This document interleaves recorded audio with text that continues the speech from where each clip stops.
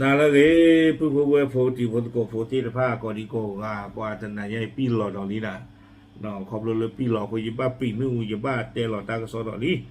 เกตากระสอตะทอบัตค่ะอย่าฮีเนวได้เลยไทยทีวีทูเอาไว้กวยหลอดตากระสออาคูต่อแต่ว่าหยุดยิง3 วันพัง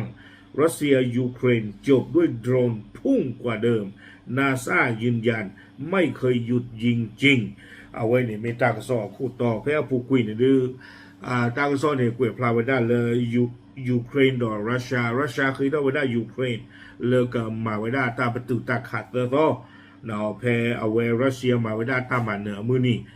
victory day อาเชิญต่อขานี่หรอตากระสอคู่ต่อเตไว้ได้เลยตาประตูตาขาดเตอร์ก็นี่อาตะเกทอสาบาเนาะแต่เอาความยาวอาตะเกทอบาบ้ามดูคนอะไรเตไว้ได้รัสเซียเดยูเครนเนี่ยปืนเราตาแล้วตาเราตบลูต่อตาตัวที่ว่าก้อนเล่นอเมริกามาติตาเพตามามุมาเปเซอร์ตัวว่าบ้าชนะกีอาเลทีเชก็เชิญเนี่ยโตกระทู้ด้วยได้เนาะวิบล้อนี่เล่นนาซาคนนี้เนี่ยเอาไว้ตาเล่นนาซาเนี่ยตาบางเจนที่มาลาเวโอดอตาหัวเล่นดูเขาได้เลยตาหัวกู้หมอเอาไว้ป่าพลาเวเจวด้าตาประตูตาขาอัดตะเกียทอดตาบะเนาะความยาวเนี่ยที่เวด้าตาหูตาเหลเลือกขี้กระปานเลิกเบอร์เสือนี่หรอตั้งซอกวยเราได้แพนชีขี้แย่ขี้โรขี้ชีคือ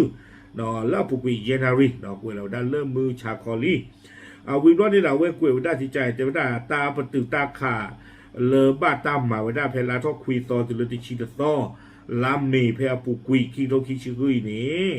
เนาะอากาเตอร์นี้แต่ว่าได้เกล้าว่าได้ตาเลือขี้ข้อขี้ป่าเลือเนาะจิ้วนี่หรอตาตากมานี่หรอเอาเวลปาเต้นขาชูเวลปาเต้นขาชูเจจานี่วิบล้อนี่เนาะรัสเซียบล็อกเกอร์ปากวยตาดกาอาซูเวด้ามีเนี่ยเลย ISW เนาะเอาเวปาพลาโตเวด้าเจจาอีเนาะเตเวด้าชี้ไว้ตั้งแต่ต้นแล้วว่าหยุดยิงที่ขาดกลไกบังคับใช้ไม่มีวันยืนหยัดได้จริงเนาะเตเวด้าเลตาประตูตาขาเลตัวอู้ดอตาลอติลอเชบานี้เกทอตาตีบาเนาะตาเตลาโตโคลีเตเวด้าวิบล้อนี้แต่ว่ารัสเซียไม่ได้นั่งพักเลยสักชั่วโมงช่วยโอกาสถอนกำลังสำรองออกจากแนวหน้าเสริมกำลังพลและยิงปืนใหญ่ต่อเนื่องเนาะเตเวด้าและรัสเซียนี่ซูเวด้าตาเซอร์กตอเลอัจจาก็พูนี้เวด้าชอตเลกิเวด้าสึกและตาหมิงยาที่ผ้าเนาะกิดูโอบุยเวด้าสึกและตาหมิงยาวิบล้อนี่เด้อเวด้าเลียปากก็เกเวด้าสึกและอัตโตเด้อตาโฟกัสวิเด้อเลียปากก็เกเวด้าสึกและอัตโตเนาะเลสื่อเอาไว้อู้ป้าใจจีที่ผ้าอัลลอฮ์นี่หรอวิบล้อนี่นะขาดลูกผาดูทอบูจิหรอเทวดาวิบล้อนี้แต่เวลาที่น่าจับตาที่สุดคือยอดโดรนโมลนียาพุ่งสูงขึ้นระหว่างหยุดยิงมากกว่าช่วงก่อนหน้านอเวเทวดาแล้วโดรนกว่าเวดามีเลโมลนียานี่อยู่เชียพัวคาร์ลตาที่นี่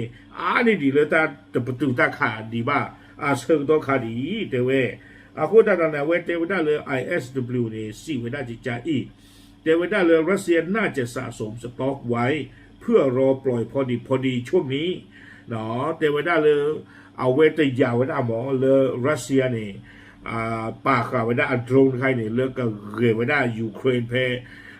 ชั่วโมงเวด้าเลยยูเครนเนี่ยก็ลองกระเตอร์เนาะเพเวคือถ้าเวด้าตามตื่นตาขาคานี่เนาะสู้เวด้าโดรนที่ผ้าเพ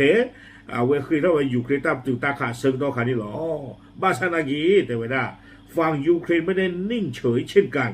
ส่งโดรนฮอร์เนตบินวนอิสราเอลเหนือถนน H10 ใกล้มาริอุโปลที่รัสเซียยึดครองอยู่ล่ารถถังและยานพาหนะทหารต่อเนื่องเนาะเตเวด้าเลยยูเครนก็ปาตนากีตลอดเตบาเตเวด้าซูเวตินบ้านเนี่ยตัวคุณโลจิบาซูเวด้าโดรนมีเวด้าละฮอร์เนตตะดูอยู่รอเวด้าเลือดตาพอคู่นี่เนาะเอาไว้หาเชื่อเวด้าตาเลยเกลมือผ่านดูมีเวด้าเลยตะชีเนาะบูเวด้าลอซาดอมาริอุโปลตาลอเลยยูเครนก่อนหรอตาไม่ตาของรัสเซียเลนหนึ่งหรอเปิดชั่วเวด้ายูเครนซูเวด้าโดรนฮอลนี่ที่ผ่านนี้ลูชคาตาดีต่อเด็กก็จิ้งขี้มาหาวอกวิเวด้ารัสเซียแท่งกาที่ผ่านนี่หรอ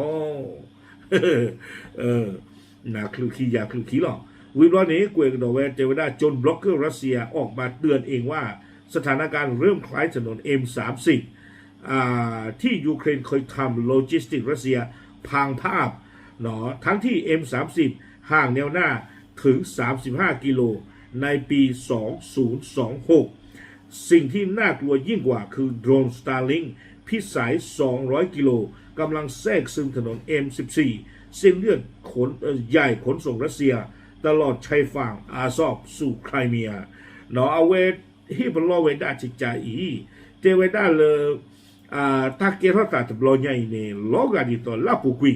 เนาะแล้วยูเครนสู่เวดาโดร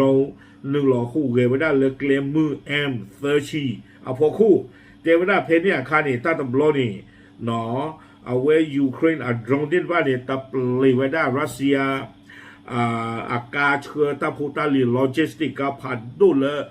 จุวิดาที่บ้านนี่ปว่าบ้านดูพันนี่แต่ละตาหาววดูมือตาตบลอนี่ตะการดีบ้าเนาะยูเครนเนี่ยสู้กับดาวดาโดรนกับดาวมิลสตาร์ลิงแต่ดูยูดายีน่ากิโลขี้กยา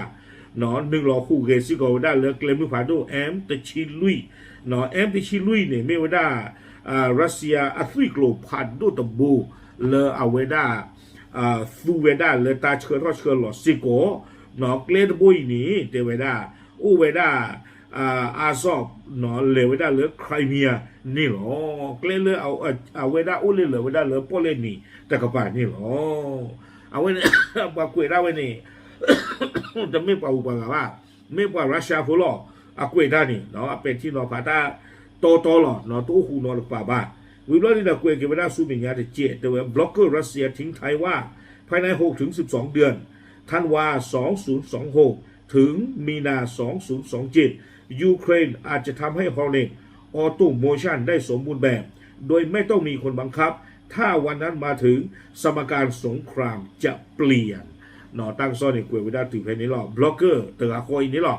เนาะเอาไว้เกวพลาทอกดอเวเตเวดาสู้เมียคือลาตูเลตชิคิลาเนาะเอาไว้แต่ยาไว้ได้เนี่ยบ้าตาบ้าเนาะลาดิเซมเบอร์ตาตนี่ยาอีกระตือไว้ได้เลยลามาซาคิโตคิชินุยเตไว้ได้ยูเครนอัดรองก็ไว้ได้ละฮอลเนกอุตคาอัดรองตะไคร่นี่เอาไว้ยูเครนอัปเกรดเท่าเวฟอฟี่เวทอบูลเนาะเตไว้ได้ปะโตตื่นแล้วเสกตัวเพนนี่เนี่ยตาตยาเลยเตไว้ได้ยูเครนอัดรองฮอลเนกตะไคร่นี่เนาะตัวรูปแบบคอนโทรลป่ะตัวรูปแบบคอนโทรลอะคอมยอนนี่อากาศนันเนอร์ได้เวซีได้เวเลได้เว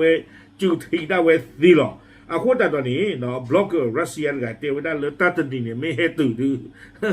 บ้านบ้าตัดดื้อเมซ่าก็ชอตเลกุยอาตาเลรัสเซียดอยูเครนอับเบอร์เจอซีเวด้านี่หรอตั้งซ้อนนี่กุยเวด้าตื่นเพนนี่หรอแต่มีเกตลากีช่วงตาเวไม่เวด้าตาหูตาเรตะคาเลอปป้าปากุปาตาเนาะดอกปฏิบาสิกอตั้งซ้อนนี่ยิ่งเจอตีตะโกตีตะพาลีเลปูตินเนี่ยเอาไว้ปากพลาเท่าไว้ได้ดอกตากระสอตันนี่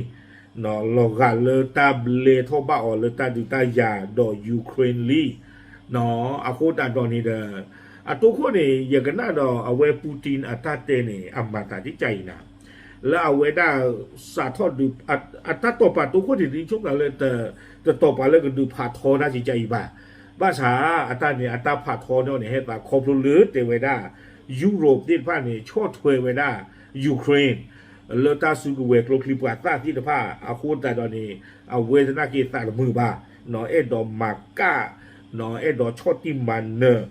ยุโรปที่ตะผ้าอาคูตาตอนนี้เอาเวปลิพาทอไว้ได้แต่ที่นี่เนาะถึงเรื่องใครว่านี่ช่วงหน้าอ้อไว้ได้บ้านเท่ากับยอนี่เลอัตตาหูตาเกอัตตาพลูตาโตร